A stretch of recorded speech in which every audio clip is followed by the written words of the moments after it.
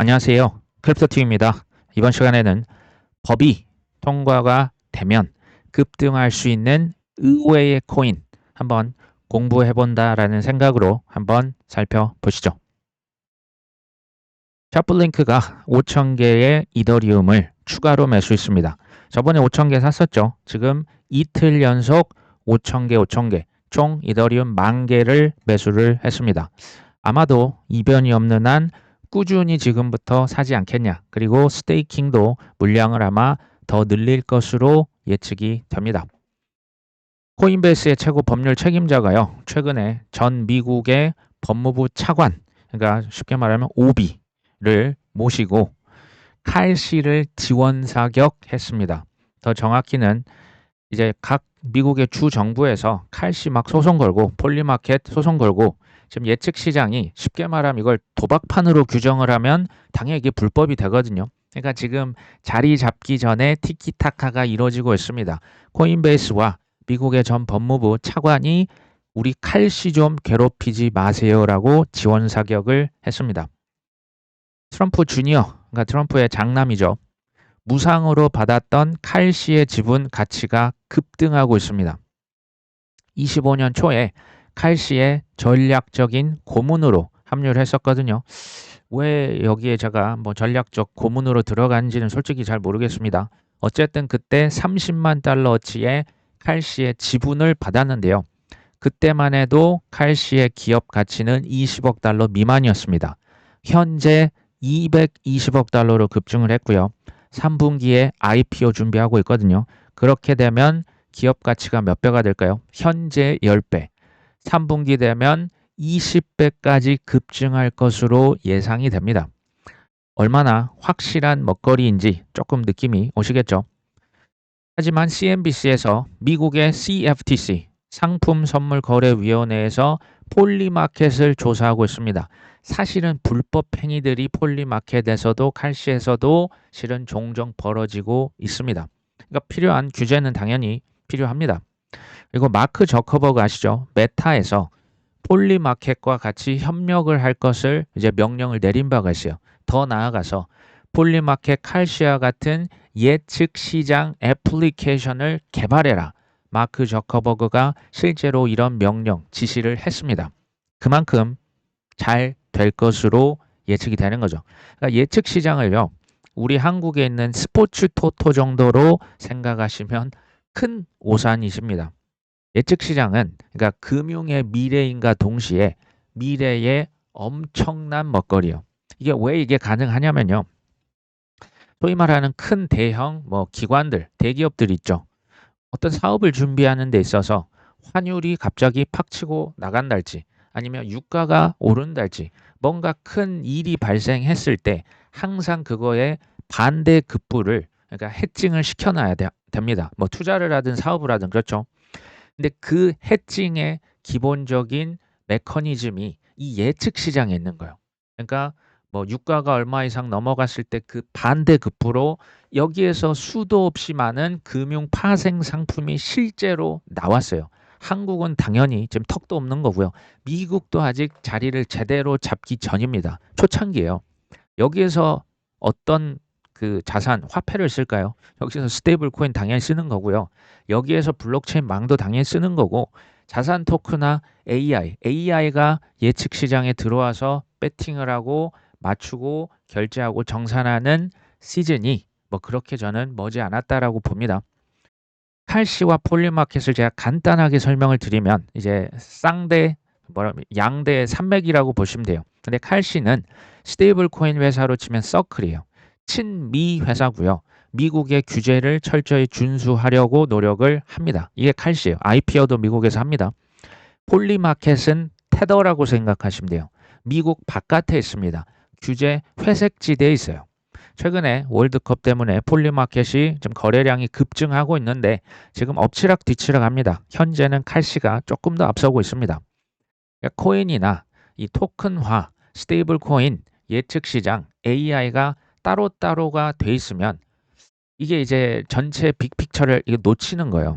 그러니까 놓칠 수밖에 없게 됩니다. 그러면 이러면 어떻게 해요? 저러면 어떻게 하기가 딱 쉽고요. 앞으로 100년 이상 지속이 될 수 있는 초대형 금융판이죠.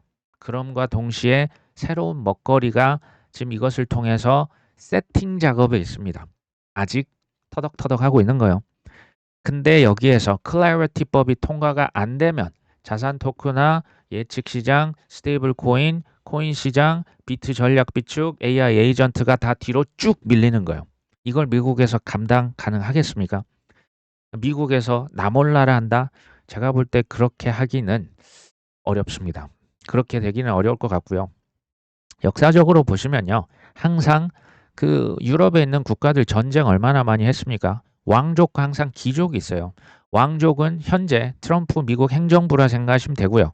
귀족은 월스트리트 금융 기관들이에요. 왕족과 귀족은 평소에는 대립을 많이 합니다. 얼마나 많이 세력 다툼 하겠습니까?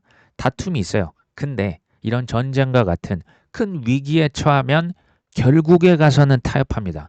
이게 왜 타협이 나올 수밖에 없냐면요. 서로가 원하는 것이 너무나 강력하기 때문에 그래요. 그러니까 여기에서 뭐가 이루어질까요? 거래가 이루어집니다. 왕족이 필요한 건 뭡니까? 정치인들은 권력이 필요해요. 그리고 돈이 필요합니다. 그 돈으로 예전에 뭐 전쟁 자금, 지금도 전쟁 자금 쓰잖아요. 사람들에게 돈 풀면서 그다음 표도 얻을 수 있고 돈과 권력이 필요해요. 귀족이 이것을 뒷단에서 지원할 수가 있는 겁니다. 예나 지금이나 똑같은 거예요. 그럼 귀족은 뭐 돈만 대주고 아무것도 안 하겠습니까? 사업을 하는 데 있어서 독점을 할 수 있기를 원하는 거예요. 이게 누굽니까? 이게 피터 틸, 이게 일론 머스크, 코인 회사들이에요. 그러면서 독점, 각종 규제에 있어서 특혜를 받길 원해요. 똑같지 않습니까? 그러니까 협상과 타협이 뒷단에서 이루어지고 있는 거예요. 지금 정권까지 그래서 바뀐 겁니다. 저는 이 코인 시장을 왜 여전히 그대로 강세 전망을 그냥 유지하냐. 트럼프 대통령 이제 그 80세 생일을 맞이했지 않습니까? 수백 년 지난 그리고 80세 먹은 이 지금 나이가 많으시잖아요. 이런 분들과 인간의 속성이 변할까요? 권력과 돈을 요구하고 사업의 독점과 특혜를 가져가려 하는 이 기업가들의 속성이 변하겠습니까? 저는 변치 않을 것에 베팅을 하는 거예요. 블룸버그 전략가 마이크 맥글런, 제가 좋아하는 사람은 아닌데요. 테더가 시총이 커지면 비트코인 추월하는 것은 시간 문제다. 비트코인은 $10,000 나왔습니다. $10,000까지 폭락할 것이다. X에서 트위터죠. 테더가 세계 최대의 암호화폐로 성장할 확률이 높다. 지금 여기 자산 토큰화에도 쓰이고 여기 비트코인은 폭락할 것 같고 테더는 이더리움 시총도 추월했잖아. 이런 게 계속되면 이젠 비트도 넘을 것이다. 이런 얘기입니다. 근데요. 저는 이런 생각을 해봅니다. 저는 추워도 비트가 지금 $10,000로 돌아갈 수 있는 시절은 오래전에 전 지났다라고 봅니다.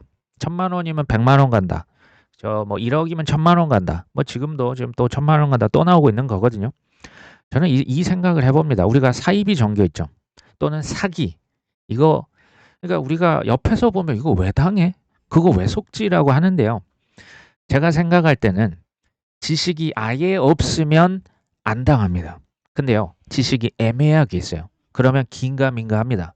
근데 나의 욕심 또는 내가 마음이 약하고 어려운데 와가지고 자꾸 저를 도와준다고 합니다. 요때 싹 끌려가는 거예요. 비트나 이더리움에 대한 크립토에 대한 정확한 이해도가 없으시면요. 진짜 그런가? 진짜 비트코인 $10,000 떨어지는 거 아니야? 진짜 쓰레기 아니야? 0으로 가는 거 아니야? 요렇게 되기가 쉬운 거죠. 저는 이 마이크 맥글런은 제가 봤을 때는 좀 노골적인 프레이밍 작업을 거는 여러 사람 중에 그냥 한 명으로 보여. 이 프레이밍은 뭐냐면 주요 언론사들, 전략가, 유명한 사람, 투자자, 메이저 기관에서 무슨 얘기를 합니까? 코인은 사기다. 2014년부터 지금까지 계속 듣고 있어요. 지금도 죽었다. 불법이다. 다단계다. 이 얘기가 지금도 이렇게 믿고 있는 사람이 많습니까? 적습니까? 우리 구독자님을 빼고 일반적인 사람으로 생각하시면 되게 많아요. 그러니까 기회가 실은 있는 거예요. 특히 하락장에서 이걸 무한반복하면 어떻게 되는지 아십니까? 세뇌가 돼요. 그러니까 상승장에서 이런 얘기 해봤자 별 소용없어요. 근데 폭락하고 조정이 길어지고 있는 이런 시기에 자꾸 $10,000, $20,000, $40,000 비트코인 떨어져 쓰레기야. 이더리움은 더 쓰레기야 하면은 진짜 그런가 이렇게 될 수가 전 있다고 봅니다. 대부분의 뭐 15라고 하는 친구가 저랑 좀 뭐 결은 비슷해요. 조금 볼 아이 기질이 있습니다. 대부분 크립토 죽었다라고 생각하더라. 4년 주기 그것에 의하면 가을에 바닥을 찍을 것이다라고 생각한다. 근데 문제가 있다. 너무나 많은 사람들이 여기에 동의한다라고 하는 사실이다. 그래서 그들은 다 틀릴 것이다라고 얘기합니다. 바닥은 지났고 솔라나를 좋아하는 것 같아요. 솔라나는 곧 폭등할 것이다 라고 주장을 하네요. 사실은 이 프레임을 뒤집어 씌우는 기술은 정말로 정교한 기술이에요. 그리고 사실은 메이저 그 미디어나 그 영향력과 자본력과 인맥이 있는 그런 사람들이 이것을 맘먹고 이렇게 진행을 하면 여기서 빠져서 그러니까 빠져나와서 독립적인 사고를 한다는 게 정말 쉽지 않습니다. 쉽게 생각하면 지금 AI 반도체에서 저는 이만하면 충분히 먹었습니다. 안녕히 계십시오 하고 탁 손 털고 나가는 게 제가 생각하는 프레이밍에 갇히지 않는 사고가 있는 사람이 할 수 있는 거거든요. 어차피 지금 코인 시장으로 해보면 탈진이에요. 지금 너무너무 힘듭니다. 폭락과 조정이 계속 반복이 되고 있는데 4년 주기가 맞다. 10월에 바닥을 찍을 것이다. 4만 달러 받고 이제는 $10,000로 갈 것이다. 어떤 사람 또 0이라고 할 거예요. 피터 시프. 그쵸? 근데요. 15라고 하는 지금 이 친구는 그 미래를 압니까? 모르는데 이게 웬 자신감일까요?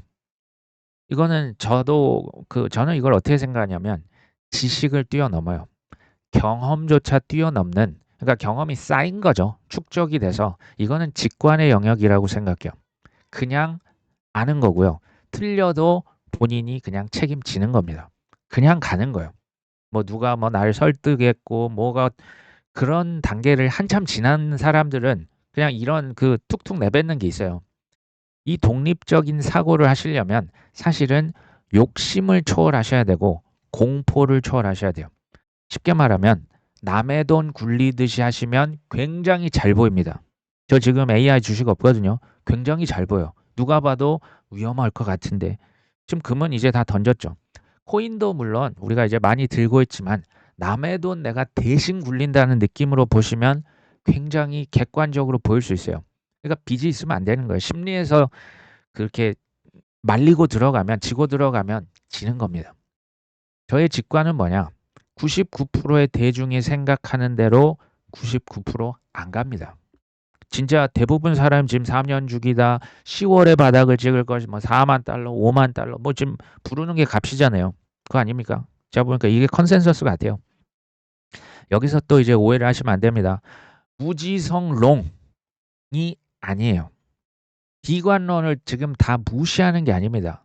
그 사람들이 그렇게 왜 얘기하는지 우리가 들어볼 필요가 있어요. 이제 나름의 이유가 있으실 거예요. 이 비관론이라고 하는 걸 무시하는 게 아니고요.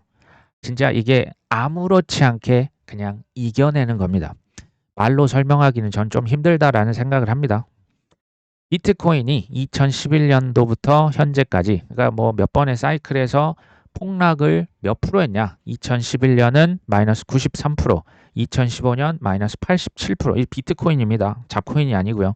2018년 마이너스 84%, 22년은 마이너스 77%, 현재는 마이너스 53%. 딱 봐도 뭐가 보이십니까? 시간이 갈수록 비트코인의 하락폭이 줄어들고 있죠. 근데 이거는요, 실은 너무나 당연한 얘기예요. 비트코인의 시가총액 현재 많이 줄어 있지만 2011년 대비하면 36,000배가 오른 거예요. 2015년 대비하면 188배가 커진 겁니다. 2018년에 대비하면 6배가 더 큽니다. 22년 대비하면 1.5배가 더 커요. 이게 지금 숫자가 급격하게 줄어들고 있죠. 이게 무슨 얘기냐면 비트의 시총이 급격하게 막 그냥 폭발했다는 얘기예요. 이전 대비하면 예전에는 무슨 거의 겨와 같은 자산, 바람 불면 훅훅 날아갔는데요. 지금은 그래도 정말 많이 무거워진 자산입니다. 4년 주기의 영향력은 저는 뭐 없다라고 하긴 그렇지만 무시할 정도로 전 이미 작아졌다라고 봐요. 이유는 시총이 뭡니까? 유동성이죠. 예전에는 커피잔 한 잔 그릇에 들어갈까 말까 하는 게 비트의 시총이었어요. 지금은 뭐 몇만 배, 몇 백만 배가 커졌잖아요.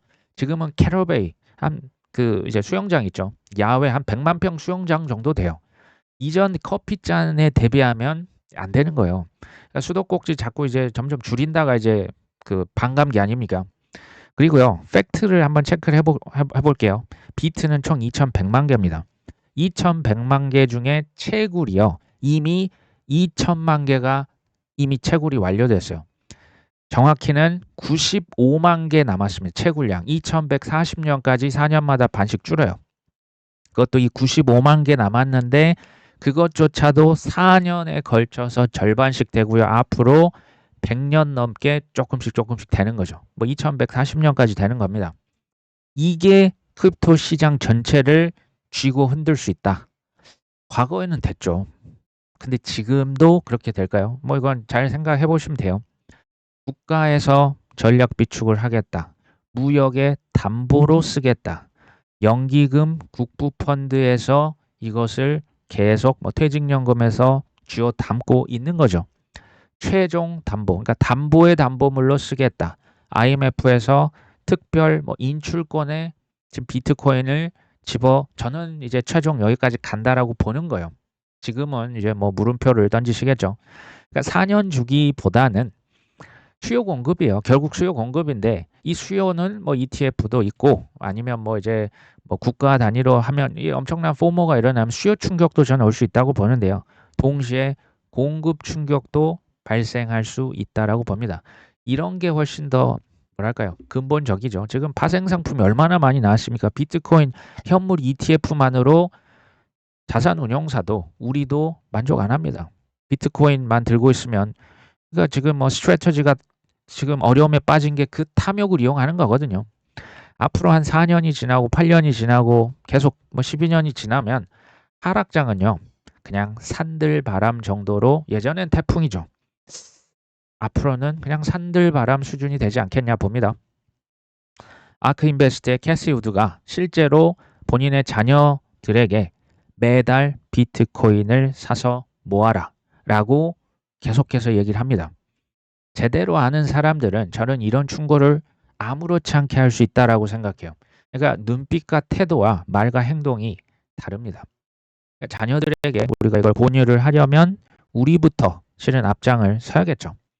톰 리도 TV에 나오기만 하면 이런 얘기예요. 그러니까 톰 리를 거의 사기꾼으로 이제 생각을 하시는 분이 많이 계신 것 같은데요. 그러니까 좀 자극적인 언어를 많이 쏟아내죠. 근데 이 사람의 언어를 보면요. 모든 자산은 크립토망 위에 얹혀질 것이다. 이 크립토망을 뭐라고 얘기하겠습니까? 이더리움이라고 얘기하는 겁니다. 엄청난 규모의 채택이 일어나고 있고 지금 비트코인을 무시하면 땅을 치고 후회할 것이다. 톰 리는 이더 불 이전에 그 비트코인 불이었거든요. 제가 이분 2018년에 이 행사에서 초청해서 압니다. 그때 비트코인만 얘기했지 이더리움 1도 얘기 안 했어요. 그 비트마인 이후로 사람이 좀 많이 변한 것 같긴 합니다. 어쨌든 비트와 이더를 제대로 내가 이해를 하면요. 지금 막 이제 한탄을 하면서 내 신세대 한탄할 그럴 사치를 부릴 시간이 없고 더 사기 위해서 어떻게든 악착같이 진짜 뭐 담배값을 줄이신달지 뭐 커피값을 외식값을 줄이시면서 조금이라도 더 사기 위해 노력하시는 게 저는 좀 더 맞지 않나라는 생각이 듭니다. 마이클 세일러, 톰 리, 심지어 트럼프 대통령, 뭐 메타 플래닛의 대표 이런 분들은 실은 우리가 언론상에서 맨날 TV만 켜면 나와요. 이런 분들은 쉽게 말하면 얼굴을 담당합니다. 얼굴을 무시하면 안 돼요. 근데 그 뒷단에 기획자들은 따로 숨어 있습니다. 온도 파이낸스 뉴스인데요. 주식 토큰을 24시간 발행하는 기능을 출시했습니다. 이제 환매도 가능하죠. 어떤 망을 선택했을까요? 이더리움, 바이낸스 체인, 솔라나에서도 지원을 하겠다. 그러니까 온도는 그냥 거래소라고 보시면 돼요. 연중무휴 없는 것 빼고 다 팔 수 있는 24시간 뭐 주식이든 ETF든 미국 국채든 다 블록체인 망 위에서 판매하는 거래소라 보시면 되고요. 온도 파이낸스에서 선택한 레이어 1, 이더리움, 바이낸스 체인 그리고 솔라나입니다. 그러니까 온도 파이낸스만 자산 토큰화 지금 거래소 소해서 이제 판매를 하냐? 아니죠. 리플도 자산 토큰화해요. 코인베이스, 크라켄, 제미니, 바이낸스, CME, 뉴욕 증권 거래소, 하이퍼리퀴드, 그다음 뭐 지금 JP 모건도, 블락락도 이거 지금 다 하고 있거든요. 사실상 무한 경쟁이에요. 사실 트위터도 이거 하고 있잖아요. 저기 엑스머니 일론 머스크가 주식 거래 당연히 나중에 시키겠죠. 스테이블 코인 연동하겠죠. 도지코인도 뭐 나중에 뭐 지금 좀 시간은 걸리네요. 우리나라 업비트도 나중에 당연히 이거 할 겁니다. 그러니까 주식을 토큰화 시키는 거겠죠. 나중에 한국의 은행, 증권사, 이게 나중입니다. 우리나라는 저는 거의 뭐 한참 있다가 나올 것 같은데 정말 달려들 겁니다. 이게 규제적으로 근데 법이 애매하니까 한국에 있는 주요 은행들이 업비트, 즉 드나무 주식회사에 그냥 주식이나 사고 있는 거예요. 그것밖에 할 게 없으니까. 이들 거래소에 우리가 투자를 하든지 온도 파이낸스 얘기를 하는 거예요. 뭐 리플도 있고 뭐 많죠. 뭐 로빈후드도 있고 아니면 그들이 사용하고 있는 망을 선점을 하든지 뚝심 있게 좀 기다려 볼 필요가 있지는 않을까요? 영국의 자산운용사 베일리 기포드라고 있습니다. 생각보다 큰 회사예요. AUM이라고 하죠. 한 270빌리언. 그러니까 엄청나게 큰 규모입니다. 여기에서 이더리움과 솔라나 기반 채권 펀드 토큰을 출시를 했습니다. 온체인으로 토큰화 펀드 지금 출시하는 거예요. 지금 자산 토큰화, 지금 어떤 망에 가장 큰 가치가 올라가 있냐? 단연 1위는 여전히 지금 이더리움이고요. 2위가 의외로 솔라나를 제치고 바이낸스 체인입니다. 12%. 솔라나 3위 10%. 4위 스텔라 7%. 5위 리퀴드. 리퀴드는 뭐 비트코인의 사이드 체인이라 보시면 되고요. 6위는 GK 싱크. 7위는 아발란체. 8위는 아비트럼. 9위는 폴리곤. 10위는 XRP 레저. 리플망입니다. 향후 지금 뭐 이렇게 누가 이기냐는 뭐 그렇게 큰 의미가 없을 수는 있어요. 왜냐하면 지금 뭐 앞으로 수백 배 더 커질 테니까 모르죠. 근데 저는 최종 승자는 그럼에도 불구하고 1강 3중이 될 확률이 높다. 1강은 여전히 이더라고 봅니다. 3중은 솔라나, 바이낸스 체인, 스텔라. 나머지 중에 아발란체도 있고 이더리움 레이어 2도 있고 리플망도 있고. 그러니까 리플망은 사실 이거 말고도 다른 걸 여러 가지를 합니다. 뭐 이렇게 되지 않을까 봅니다. 뭐 미래는 지켜보시면 알겠죠. 그리고요, 마티파티가 이런 얘기 하네요. 미국 백악관에서 최근에 876억 달러, 한화로 130조 원이 넘는 돈을 의회에 긴급 요청을 했습니다. 이란 전쟁, 미국의 농부, 그 다음에 에볼라, 뭐 아프리카에서 이거 발발하고 있죠. 사실은 중간 선거가 다가올수록 미국 정치인들은 바빠질 수밖에 없을 겁니다. 사실은 이게 자산시장에 좋다라는 얘기고요. 스콧 베센트 재무부 장관이 최근에 이런 얘기를 실제로 했습니다. 미국의 주식시장은 잘하고 있다. 하지만 이제부터는 메인 스트리트, 즉 실물 경제가 더 좋아져야 할 시간이다. 라고 언급을 합니다. 실물 경제가 뭘까요? 제조업이죠. 중소기업이죠. 우리 같은 근로자 혹은 골목 상권, 자영업자 여기가 이제 잘 돼야 된다. 부흥해야 된다. 지금 얘기를 하거든요.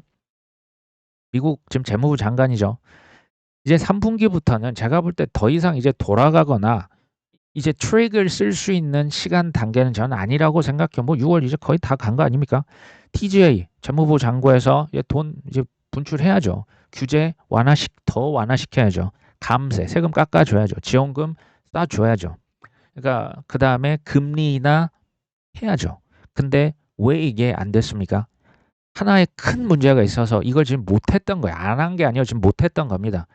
뭐 이것도 이제 계획이라고 하면 저도 잘 모르겠지만 물가 때문에 지금 이걸 다 하고 싶었지만 다 막혀 있었던 거예요. 인플레이션은 병목 현상이었어요. 이게 해소가 안 되면 어떻게 금리 인하하고 돈을 쏩니까? 인플레이션 날아가 버리니까. 근데 최근에 유가가 어떻게 됐습니까? 이 물가를 잡는다라고 하는 게요. 어느 정도 높은 상황을 유지할 거예요. 근데 유가를 끌어내려서 전체 물가를 적당히 밑으로 중물가 정도로 유지하겠다가 트럼프 행정부의 빅픽처인 거예요. 뭐 물가를 아예 막 그냥 2% 이하로 그게 아닙니다. 빚이 너무 많아서 적당히 인플레를 일으켜줘야 돼요. 트럼프 대통령에 있어서 전쟁보다도 저는 더 우선순위, 정치인으로서의 우선순위는 유가의 하락이었습니다. 그래서 타코가 나왔던 거예요. 이란과 전쟁 뭐 어쨌든 뭐 애매한 거 했잖아요. 여전히 뭐 미사일 쏘고 드론으로 뭐 지금 티키타카 일어나죠. 앞으로 계속 날 거예요. 제가 볼 때 뭐 종전 60일 끝나고 이게 사라질까요? 제가 볼 때 쉽지 않습니다.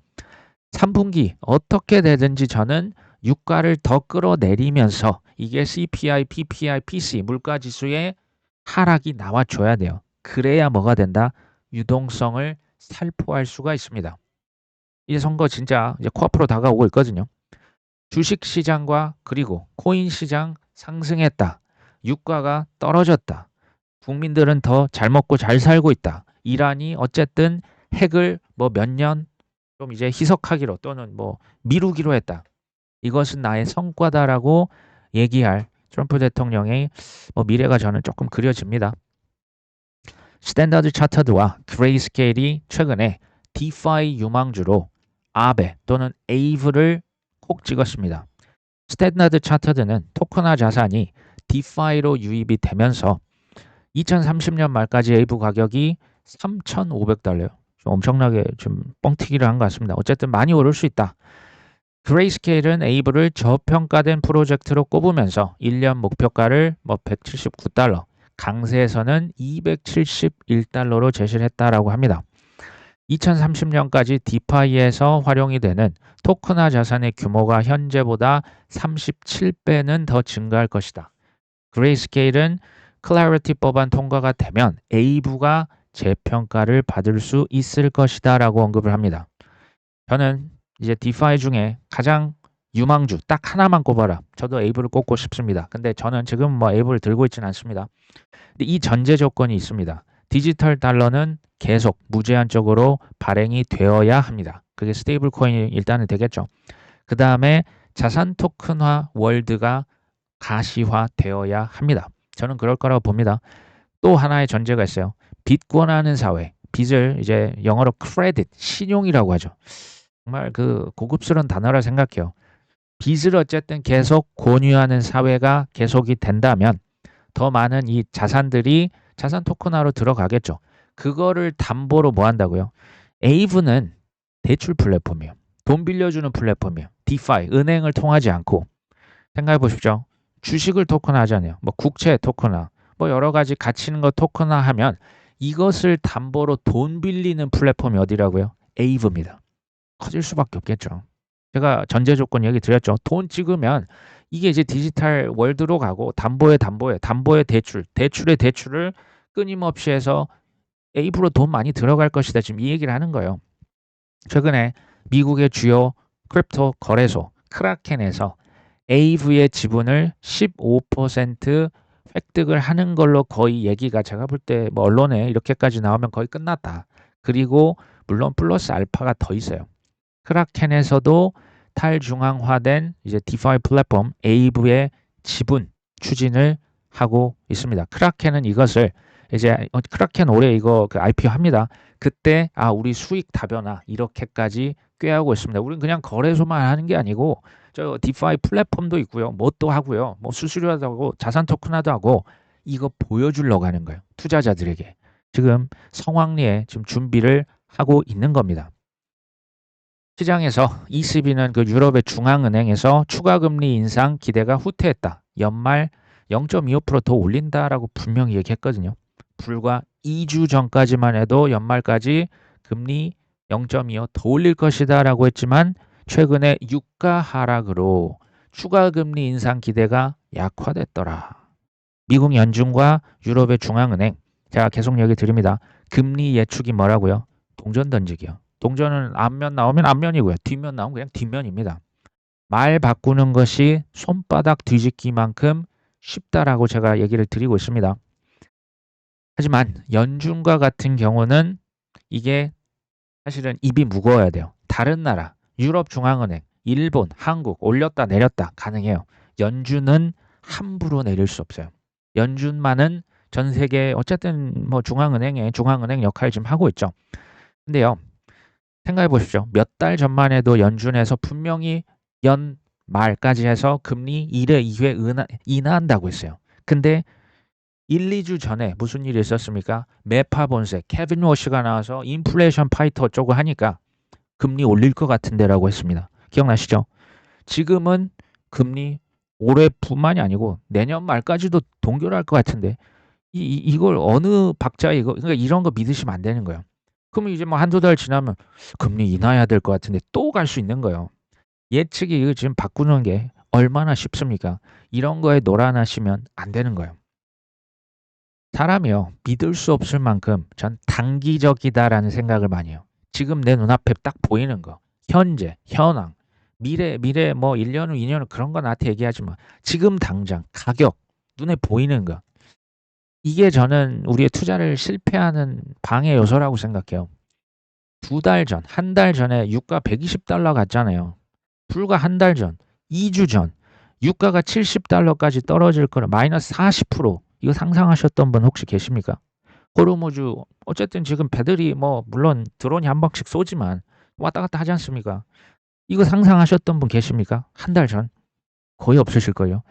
일이 일비하면 될 것도 안 됩니다. 차분하게 그러려니 하시면서 이번 한 주도 잘 이겨보셨으면 좋겠습니다. 오늘 방송 여기까지 합니다. 끝까지 시청해 주셔서 감사합니다.